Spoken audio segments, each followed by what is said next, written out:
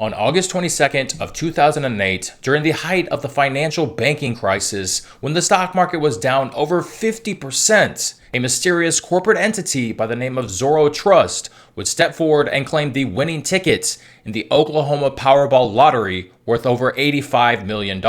And this mysterious entity could have ties to an even more mysterious entity in New Mexico known as Zorro Ranch, an estate that was completely owned by none other than Jeffrey Epstein. This $85 million winning lottery ticket would be claimed just 2 days after Epstein pleaded guilty to a charge in Florida of the sex trafficking of minors in a case known as the Epstein Sweetheart Deal. In exchange for his guilty plea in this sex trafficking of minors, as well as a conspiracy charge, Epstein would serve only 13 months in jail. And get this, during that 13-month stay, he was allowed to leave jail 6 out of 7 days of the week for approximately 12 hours per day. Just 2 months after Epstein pleaded guilty to those charges, Zorro Trust would take the lump sum option of the lottery and collect a massive windfall of cash in the sum of $30 million. But that's not what this video is about, whether Epstein was connected to the lottery or not, and the mystery behind Zorro Trust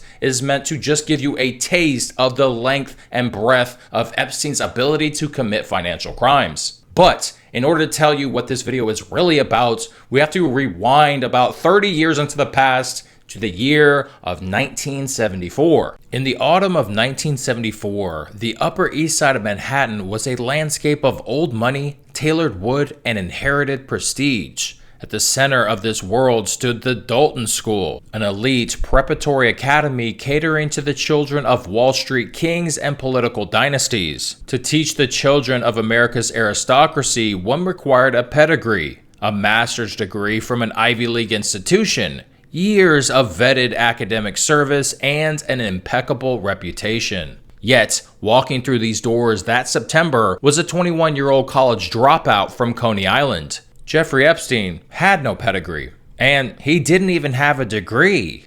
He had completed only 2 years at Cooper Union and had taken a handful of classes at NYU's Courant Institute before quitting entirely. He was a creature of pure social engineering, flamboyant, charismatic, and possessing an innate understanding of human vanity. But nonetheless, he would catch the eye of Dalton's eccentric headmaster, Donald Barr. Barr was a man who prided himself on unconventional hires, despising the rigid bureaucratic credentials in favor of raw, compelling personality. Epstein modeled himself as a mathematical prodigy, a bohemian intellectual who could speak the language of physics with poetic charm. He was hired on the spot to teach calculus and physics. For 2 years, Epstein operated within the inner sanctum of New York's elite, using the classroom not as an educational forum, but as a networking laboratory. He tutored the children of Wall Street's most powerful players, recognizing early on that the easiest way to access a billionaire's vault was to become indispensable to his children. By the spring of 1976, the administrative tolerance for Epstein's performance reached a structural limit. Internal performance evaluations conducted by the Dalton administration concluded that Epstein's actual teaching efficiency was deficient. He lacked foundational training in the subjects, routinely ignoring the standard curriculum, and focused his energy on cultivating personal relationships with wealthy parents rather than executing his contractual institutional duties. Following the completion of the 1975 and 1976 academic term, the Dalton School formally terminated Epstein's employment, citing poor performance and the lack of required academic credentials. Fired from academia, Epstein did not fall backwards. He actually fell forward into the roaring furnace of American capitalism.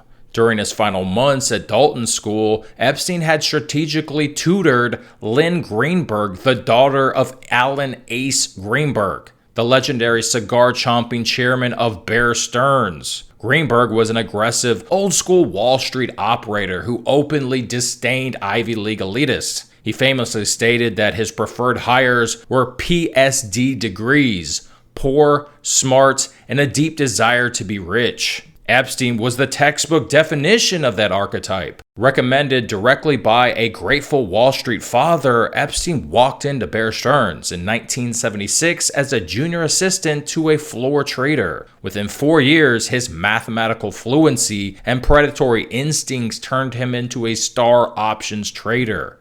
By 1980, at just 27 years old, Cosmopolitan magazine featured him as a glamorous Bachelor of the Month, and Bear Stearns rewarded his revenue production by making him a limited partner. He was a self-made millionaire, running with the apex predators of global finance, seemingly untouchable. But in 1981, the internal compliance and legal departments at Bear Stearns flagged a series of financial irregularities tied directly to Epstein's accounts. Forensic auditing revealed that Epstein had violated internal corporate governance policies and Securities and Exchange Commission's, aka SEC, regulations. Specifically, the investigation detailed instances of financial misrepresentation, including the unauthorized charging of expense personal luxuries, such as high-end jewelry for a girlfriend, directly to corporate expense lines. Furthermore, compliance logs indicated that Epstein had fabricated key details regarding his educational background on his initial employment forms. Facing an imminent formalized internal tribunal that carried the penalties of a mandatory industry suspension, regulatory fines, and public termination, Epstein entered negotiations with firm leadership. He officially resigned from Bear Stearns in 1981, surrendering his partnership equity before formal regulatory charges could be filed. Every master criminal requires a finishing school. For Jeffrey Epstein, that school was Towers Financial Corporation, and his headmaster was a predatory financial operator named Stephen Jude Hoffenberg. In 1987, Hoffenberg met Epstein and instantly recognized a kindred spirit. A clinical sociopath who viewed the financial sector not as a system for production, but as a chessboard piece to be manipulated. Hoffenberg hired Epstein as a high-level consultant, setting him up in the opulent wood-paneled offices inside the historic Villiard houses in Midtown Manhattan. He paid Epstein a staggering retainer of $25,000 per month, the modern equivalent of over $70,000. Towers Financial, ostensibly a debt collection agency, purchased unpaid medical, bank, and phone bills for pennies on the dollar.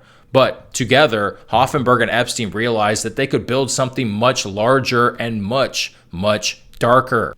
Epstein became the mastermind and the technician of the operation. He designed a complex web of corporate maneuvers, launching aggressive, highly publicized hostile takeover bids for companies like Emery Air Freight Corporation and Pan Am World Airways. These bids were massive illusions designed to make Towers look like a multi-billion-dollar corporate raider, distracting the public and the regulators from the structural machinery underneath. These corporate raids were a front for what the SEC would later classify as the largest Ponzi scheme in American history up until that point. Between 1988 and 1993, Towers Financial raised $400 to $500 million by issuing fraudulent bonds, promissory notes to retail investors. The financial statements utilized to secure the capital were systemically falsified. The operational blueprint, designed in part by Epstein himself, functioned as follows.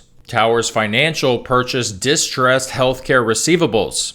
Epstein engineered accounting mechanisms that prepared these non-performing debts as highly valuable appreciating assets, inflated the corporate balance sheets by hundreds of millions of dollars. This stellar balance sheet would attract new investment money into their bond department, which was then systemically diverted to pay these artificially high yield returns on these bonds to earlier investors to maintain the illusion of profitability. On top of this, there was a personal enrichment aspect to this scheme. Millions of dollars were funneled into shell accounts and shell corporations to fund Hoffenberg and Epstein's personal lifestyles, including mansions, private aircraft, and luxury vehicles. By 1993, the structural architecture of the Ponzi scheme collapsed under its own weight. The SEC filed civil fraud actions, and Towers Financial filed for Chapter 11 bankruptcy. In 1995, Stephen Hoffenberg surrendered to the FBI and pleaded guilty to 5 criminal counts of securities fraud, cheating thousands of investors out of a total of $462 million. In 1997, he was sentenced to 20 years in federal prison in order to pay $463 million in restitution. Epstein, however, was entirely missing from the criminal indictment. While investigators pored over the wreckage, Epstein was busy managing the narrative. When pressured by former associates and industry peers about his sudden departure from Towers Financial, he floated a potent, untraceable rumor. And that rumor was that he was working for the government. He signaled that his exit from Towers Financial wasn't a retreat, it was a clearance. By whispering that he was an intelligence asset or a federal witness, he created an entire do not touch zone around his reputation. It was his greatest con up until that point. The structural reality was that he was never a witness. He was a ghost. Hoffenberg would later testify that he did tell federal prosecutors about Epstein's role in the fraud, but the authorities, likely viewing Hoffenberg as compromised, unreliable narrator, never took the bait. Epstein hadn't purchased safety with the truth. He'd purchased it with the silence and strategic deployment of a lie. Epstein walked away from the largest Ponzi scheme in history up until that point, with millions of dollars in untraceable fees, his reputation intact, and no jail time, as well as a blueprint for how to operate in the shadows of the American financial system for the next 3 decades.